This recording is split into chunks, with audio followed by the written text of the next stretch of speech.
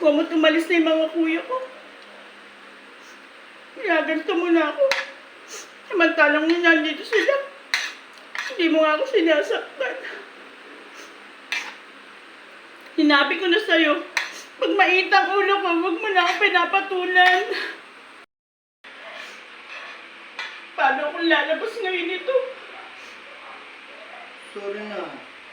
Oh, eto na nga, kumain ka. Tumubo ka para mabuhay ka.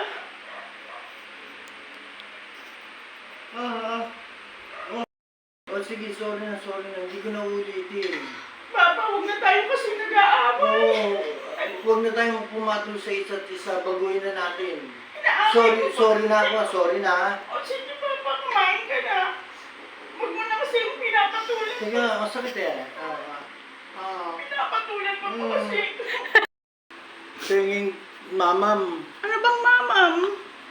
inumin. Ate ka, Papa. Ma, wag mo na rin ako papatulan eh.